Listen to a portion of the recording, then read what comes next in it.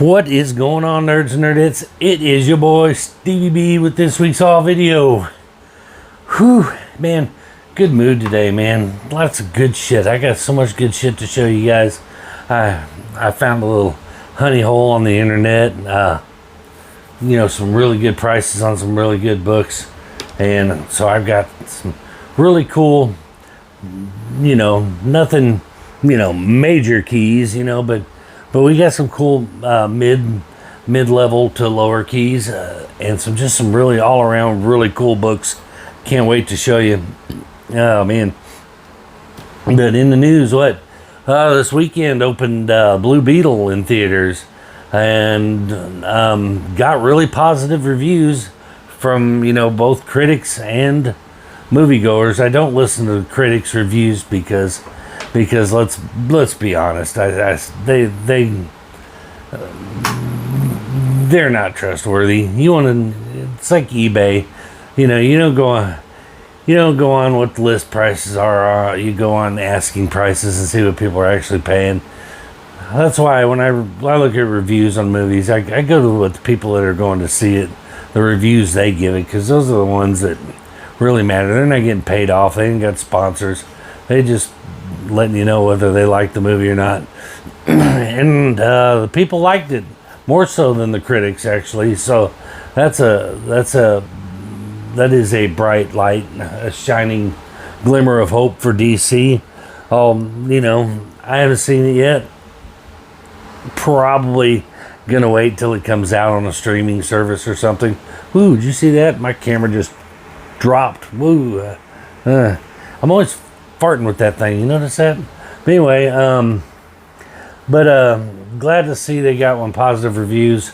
Box office numbers don't look so good for the first weekend, but with positive reviews, usually the following weekends the numbers will start going up because people go, oh wow, it didn't suck, so they'll go out and see it. So I'll check it out. I'll definitely watch it. Blue Beetle is a character that I never read back in the day, don't know a whole lot about, so I can go into it with a more open mind than characters that I do have some knowledge about, and then you tend to go in and pick it apart when you have some knowledge of the character and the stories and and their background and everything. So I will probably like this. Hopefully it's not a dud for me like the Flash movie. I'm still licking my wounds for that one because I had really, really high hopes for that one, and I just didn't care for it. Some people did. I'm not saying it was a shitty movie. I'm saying for me, I didn't care for it. So don't light me up in the comments going, why are you dissing on the Flash movie? It was great. Great. Watch, you go buy the DVD and then check out season 2 of She-Hulk. Be all right. Anyway, but man, I also got to go last night and watch my cousin's band In the Fall. If you watch some of my early videos, they did the opening music. They're my opening music for my videos, with the song Bed. And then I got copyright striked, even though I had permission from the one who wrote the song and the band who plays the song to use the song. But they told me that it's not them that's doing it. It's their publishers, their company, a recording company that has them is called CD Baby, and CD Baby copyright strikes them when they post their own shit on videos. But they said they're working on a new system or something. I talked to the band last night, and they said they apologized to me for not being able to use their music because they thought it was really cool that I used it, which is great. It's always nice to have the band's approval. But they also said that they're working on something to where they could send me a code that allows me to put a code in that will keep me from getting copyright strikes, which would be cool. So if that does happen, you can look forward to having Infall playing a lot of my intro music again, which I'd love to go back to. But then again, I told him that I wasn't monetized, so screw them. But I don't want to get so many copyright strikes that they boot my channel off. That's the only thing I'm worried about. So, but anyway, phenomenal band. I want to give a quick plug to them. If you haven't checked them out, they do have a YouTube channel. They're called Endfall, Endfall. I have a playlist in my playlist on my channel. I have a spot for their music that I played, but they've had some new music added since then. The song Ghost, written by my cousin, who's the lead singer of the band, Holly, or Sparrow as she goes by. She wrote the song Ghost.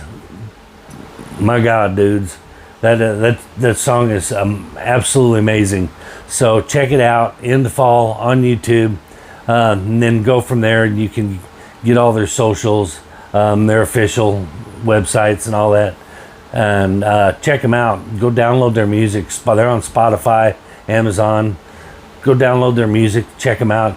If you're into bands, if you like female-fronted rock bands like Paramore, Hailstorm, Pretty Reckless, bands like that, you will love them. I promise you will love them. All right, enough. 6.5 minutes of blah blah blah blah blah. Oops. Oh, these are let's do the boring stuff first. I say the boring stuff because it's this, as I say, it is the same shit everybody's getting, but maybe not. And look at this, my camera. I guess I need to tighten my tripod down a little bit because it's just, you bump the table and then it just, so I think it's just loose. It's one of those bendy ones, so I may have to get a new one. Anyway, first up, again with the Night Terror stuff, and this is Wonder Woman #2, Sebastian Fumara cover. A lot of these artists on these covers I've never heard of. Some of them I have, but I've never heard of Sebastian Fumara. Never heard of him. Not to say that he's not known, I just never heard of him. But I have heard of this one. But this is Night Terror Superman #2. And this is John Gage. And that's a freaking badass cover. So, still not read it. I still only read a couple issues of it. And I'm going to end up getting the whole series run of it before I find out that it probably sucks. And we know who this is, but this is Nightwing #2. And Matina, Funky Cold Matina. It's a badass cover. I like people, you know how people have favorite colors and stuff. My favorite color is blue, mine's green. Mine is like combinations, or color combinations. Like anything black with black. So black and blue, I love that color. You'll notice it a lot in my thumbnails and stuff when I design my own thumbnails. They always like it red and black or black and blue. But I love that color scheme. Goes well with green, I mean any color. But so I love this black and blue cover. It's just really cool. Oh, and this one, this is the latest in the meme verse on Instagram for FOMOs, the FOMO police. Don't buy that book because you're a dumbass if you buy that book, because it's FOMO. It's so tired of that. That word is so played out. It's like, who cares whether people buy it for FOMO or if they just buy it because they like it. Spider-Boy's doing okay for itself. Y'all shit all over that thing, but it's holding its value. So I just want to catch one of them FOMO guys on Instagram scream and laugh at people for buying a book, and then that book just absolutely detonates and they're all scrambling to buy it. It'd be funny as hell. I don't buy books because of FOMO. I don't buy books because of I buy some of them. I won't lie. I do buy some for speculation as a game. It's part of the hobby for me. I've said it before. It's part of the fun for me. Speculation is fun. But if I like a book, I'm going to get it. And I don't care what they... And that's just it. Don't listen to the trolls on Instagram telling you got FOMO problems because you bought a book that happens to be popular. But this is Death of Venomverse #2. And this is the first appearance of Kid Venom or Venom Boy, whatever they're calling him. But it's Kintaro. But probably not going to do anything. I don't know if they're trying to make a whole new community of younger versions of main characters with Spider-Boy, Venom Boy. Are they going to make, Captain America Boy and and Hulk Boy and all these other ones too? Or this is just that? But don't care. I mean, I'll buy it. If something happens to it, cool. If it doesn't, it's still a book I was going to get anyway. And then back into the Night Terror stuff. We got out of sync here. But this is Catwoman #2. I'm not a fan of this cover. Who did this cover? Probably somebody I really like. I don't know. Tula Lote. But anyway. But just part of that. And speak of the devil. Spider-Man #11. And this is the origin story of Spider-Boy. I like the Spider-Boy character. I don't care whether it blows up and it's another Miles Morales situation or it's not.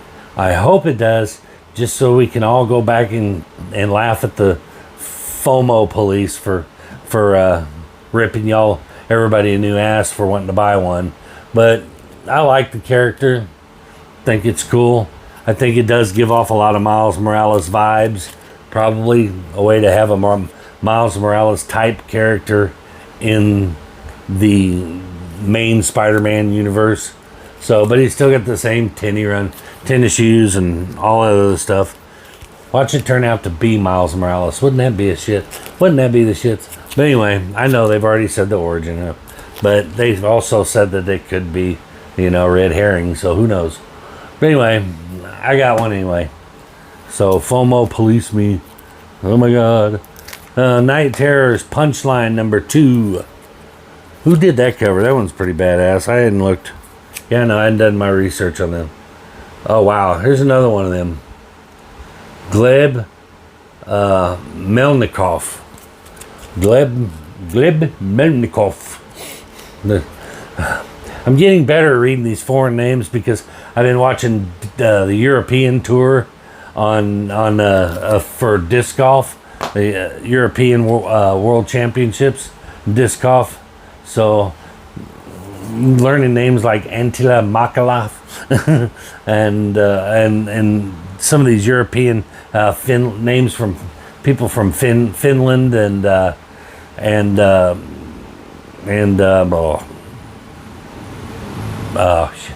where were the other ones? The big one is from anyway, the European tour guys. They've got some pretty hard to pronounce names with all the ones with the symbols on top of the letters, and that God only nobody remembers that shit from school. Anyway, let's get on with it. And I picked this up, and I'm gonna be honest with you, I don't know why I got this. I guess it just sounded interesting. It's a little mini and highlighting the Penguin. Supposed to take place during the time when he was supposedly killed. So, but it's Penguin takes flight. It's #0. But it's a cool cover, and but Chip Zdarsky's been really good on the stuff he's done. So we'll give it a shot and see what happens. Hey. And last but not least, from my Midtown stuff. This is just the Midtown stuff. We still got some stuff to go. Good stuff. What if Dark Moon Knight? John Romita Jr. I think it's junior. Is it senior? All right. made me look like an idiot. But John Romita,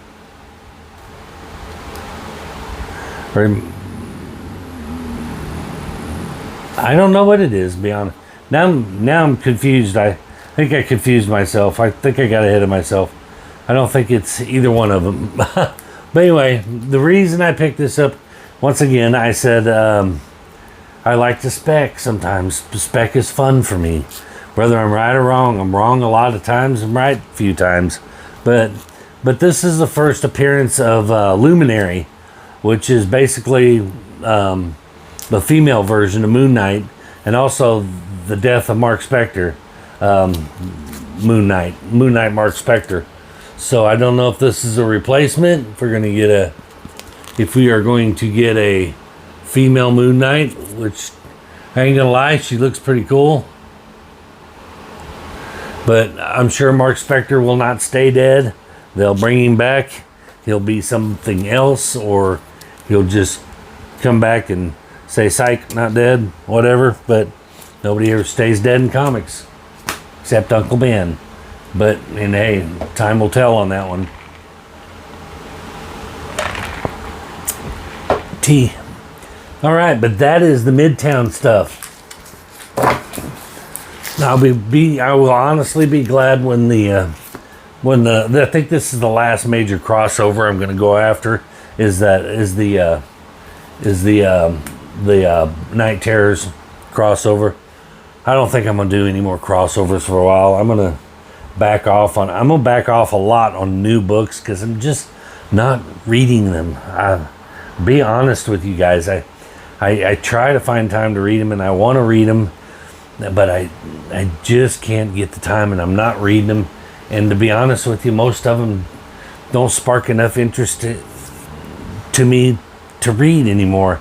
And to be honest with you, I buy now for content, be honest, and I buy stuff that I plan on reading and just never get around to it.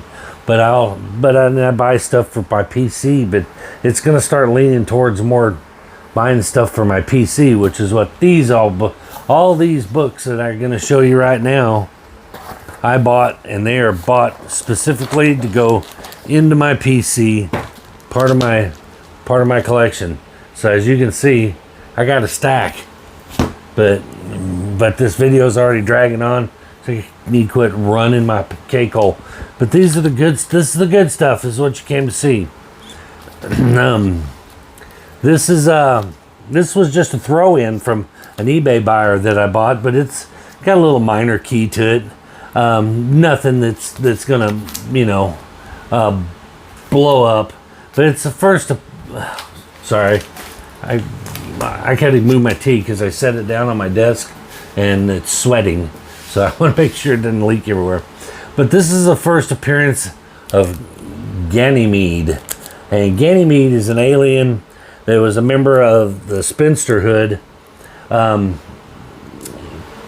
She went into cryo sleep, and when she woke up, found all her sisters were dead, and they were killed by blood scrolls. And she was the last surviving member of her last surviving sister. So little minor key, no real value to it for now, but you just never know, especially with the Marvel universe. You never know. And you guys are gonna laugh at this one because this is the first time I have done this before, where I have bought a book that I've already had, but I've never bought a book that I've already had in the same week. But it's not a bad one to have, so 2 copies of this is not going to hurt my feelings. But this is the first George Perez published artwork in DC Comics, and it's The Flash number 289. And your boy racked up 2 copies of it.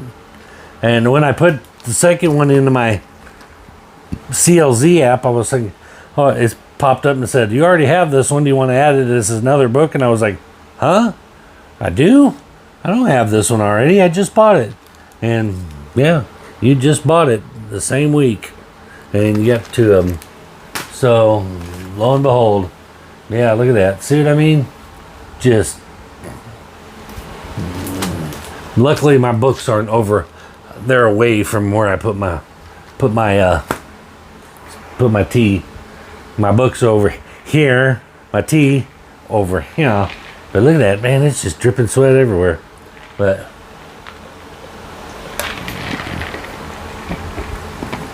they're sitting on an old piece of shit backing board. There was a discussion between me and Luis from Comic Vantage.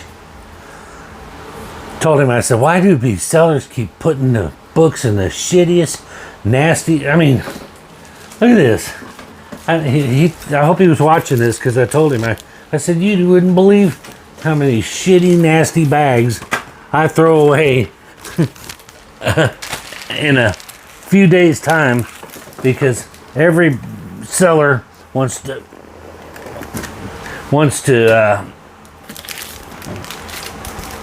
excuse me, I dropped the shit everywhere, wants to ship them in these nasty, dingy, dirty, ripped up piece of crap bags. And he says, because why would they want to pay the extra expense for bags and boards when they know you're going to do it anyway? And my response is it's perceived value. See, if I pay $3, I would be happier paying $5 for this book and being in slightly worse condition, but in better bag and board, a fresh bag and board like it's in now, than I would if I would have paid. If I would pay $1 for the same book in a shitty, dingy bag, I would feel like I got the better deal with the one that's in a clean bag. You know what I mean? So, perceived value. And plus, that's how you keep your customers, man. If people that ship to me and they ship me in shitty, nasty bags, I probably ain't gonna buy from them again unless I just get like some crazy good deal on them, which I did on a lot of these. So, anyway, off subject. Another one for my Brian Bolin collection that I'm putting together for the Wonder Woman covers. I just don't think anybody did it better for Wonder Woman. I mean, people will argue, and you are right. There are a lot of who was it that did Wonder Woman? Was John Byrne? Did he do it? I think John Byrne did some Wonder Woman, and they were phenomenal. And you'd be right to pick any of them, but for my money, I love Brian Boland's artwork, and this is a great one to have. But Wonder Woman number 80, but I just love his artwork on Wonder Woman. And pick these up also from the same seller. These are no value books.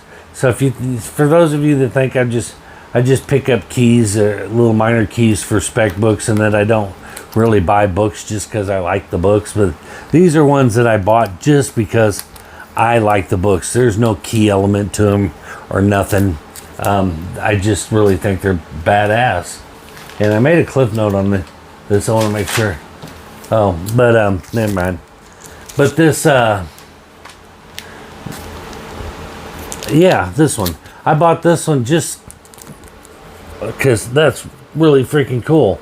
The cover is Ernie Chan, and this is from 1976. But the super gorilla from Krypton battle, and I mean, love that artwork. I just thought it was cool, and for a couple bucks, why not, right? Same with these. These are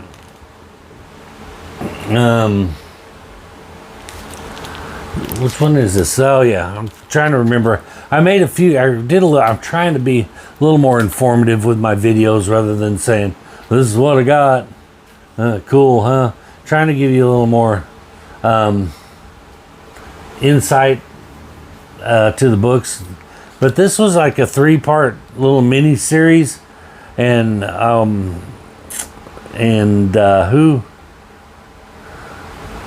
Speaking of John Byrne, it was the brainchild of John Byrne and Scott. I can't remember his name, but John Byrne had a hand in this little 3-piece miniseries. I only got 2 of them. That's all he had. But the inker on this was John Romita Sr. But the cover is Mark Grunwald, and I love that cover. It kind of gives me that. I mean, it has John Romita vibes to it, doesn't it? Thought it was really cool, but I just dug it. And then this is number 2. And number 2, these are from 1984 to 85. And I really don't know anything about it. I tried to look some information up about this, and there's really not a whole lot about it. I mean, it's Scott Adams. That's who. John Byrne and Scott Adams. It's their brainchild. They went together. Their conception. I couldn't find who the cover artist was on this, but it's got the webbed pits, and I know, it's not McFarlane, but it's around that same era. But I want to. I mean, man, it sure does look like Romita's art. But if you know who that is, let me know. But it's Quest Probe number 1 and number 2. But I could not find who the cover artist on that was. It tells me who the inker and the colorist were in the book, but it's not necessarily the same person. And then, let's see, what we got here? Got a few Hulk books. These I picked up because they were McFarlane artwork. They had McFarlane art in them. And everybody talks about his work on Spider-Man, but he also did some amazing art on Incredible Hulk. But this is, make sure I got these in chronological order here. Incredible Hulk 332. But I mean, dude. Gray Hulk versus the Green Hulk. And again, not very valuable, but just cool covers. And versus X Factor 336. And then 337 with X Factor. So really cool Hulk books. And now we're going to get into a few of the more little minor keys that I picked up. This I'd call a mid-level key. And here's my thought on this. This is why I picked this up. It's Web of Spider-Man number 36. First appearance of Tombstone. Okay. They are going to do Spider-Man movies forever. They're never going to stop doing Spider-Man movies. And they can't keep throwing the same villains in there every time. Can't have the Green Goblin in every single Spider-Man movie. They can't have Venom in every single Spider-Man movie. They know they've already grabbed the low-hanging fruit as far as villains go. They got the major ones. They got Doc Ock, the Lizard, Green Goblin, Green Goblin, Sandman, Mysterio, and they've already got the low-hanging fruit. All that's left to do to make something new is to start getting some of those little more obscure villains. And Tombstone, I think, is supposed to. They said is going to be in the. Was it the Craven movie? They say, or I'm not sure. But there's already talks of him being in the MCU. So that just goes to show you. So now is the time to buy some of these smaller, obscure mid-level keys like this. You can pick this one up for, I think I got this for $25 or so. And it's in really great condition. I mean, no spine ticks, crisp corners, great condition. But 25 to 30 bucks, you can still pick these up. And now's the time to be farming these things, for, if you want to get in on ground level of some, there's your spec. This is the spec game that I like to play. It has a potential to get bigger. So there you go. And I have a copy of this one already. This was, shout out to Foo. Yes, he's the one that hipped me to this. Said this was one that I should pick up. And so I got the other cover, but I saw this one for really cheap. So I thought I'd get the, I can't remember which one. I think this is cover B, I think. But this is Final Crisis, Rage of the Red Lanterns. And this is the first appearance of several lanterns. Bleeze, Dex Star, Saint Walker, and Xylus Zox. So I got the other cover. Thought I'd go ahead and pick up this one as well. Because that Green Lantern series is about to pop off eventually. As soon as everybody quits striking and all, what have you. So, there you go. And this one excuse me. This one has been on my radar for a long time, and I just never pulled the trigger because it's one of those, it's not valuable. It's always going to be there. I got time to get this at some point, but then this guy had it for a couple bucks, so I had to get it because not only does he make really good Wonder Woman covers, but as it turns out, he draws Batman and Robin pretty good too. And that's Brian Boland, and that's that Robin #1. That I would call that a pretty iconic cover.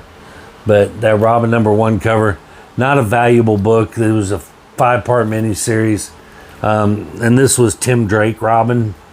So it didn't pan out as far as value goes, and but that Chuck Dixon and Tom Lyle, his artwork is actually hanging on my wall, and I've had that. I'll take a picture of it now. Here, I'll put it there. But I've had this Robin poster on my wall, or not on. Well, I've had it in my possession. It's not always been on my wall, but I have had it since I was collecting in the '90s, when Tim Drake first made his appearance and stuff. So the poster is old. It's old. It's several years old, and it's seen better days. But I finally got it in a frame that it fits and it presents real well. So I'm happy I still got it. All right, next up, Batman number 326, and this is the first mention of Arkham Asylum. So technically, I guess you could call it the first appearance of Arkham Asylum. It was known as our Arkham Hospital before this issue, but this is where they started referring to it as Arkham Asylum. So upper minor key.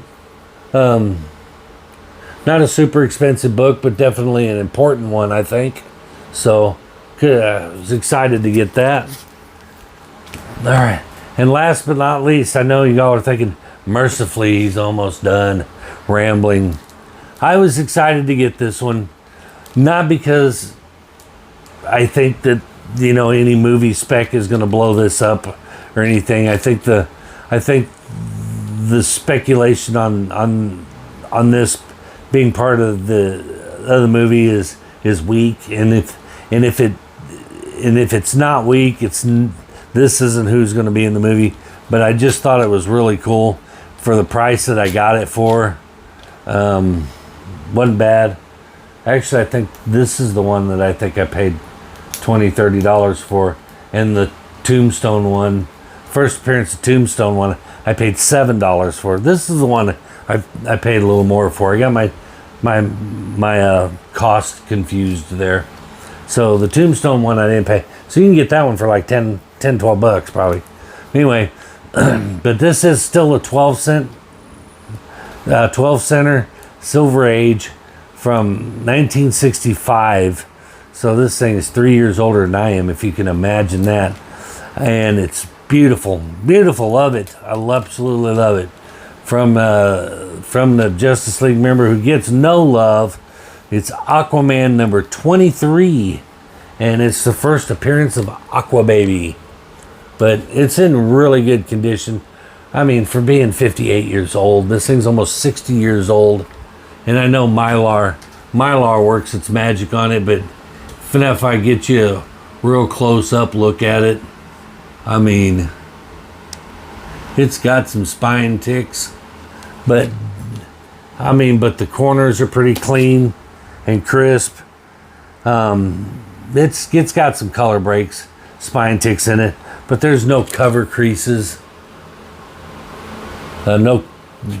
It's all spine, so it's in phenomenal shape for the $30 I think I paid for this one, which I thought was a great buy. You can get them cheaper, but they're beat to shit. But happy to add this to my collection. Like I said, there's some specs surrounding it. I don't think that's going to pan out. If they're going to introduce Aquaman's baby in the next Aquaman sequel, it's going to be Aqualad. It's not going to be, Rainbow Always Save Aqua Baby. They're going to give him a name. He's going to be Aqualad, and they'll go for there. Yeah, that's just too random. But doesn't stop the fact that I absolutely love that cover. Love the artwork on that, and just was excited to pick it up for that price. But anyway, man, I've talked y'all's ear off for 35 minutes. Well, with the intro, 40 minutes. 40 minutes now. So we got to wrap it up. Hope you enjoyed it. Let me know what your favorite book is.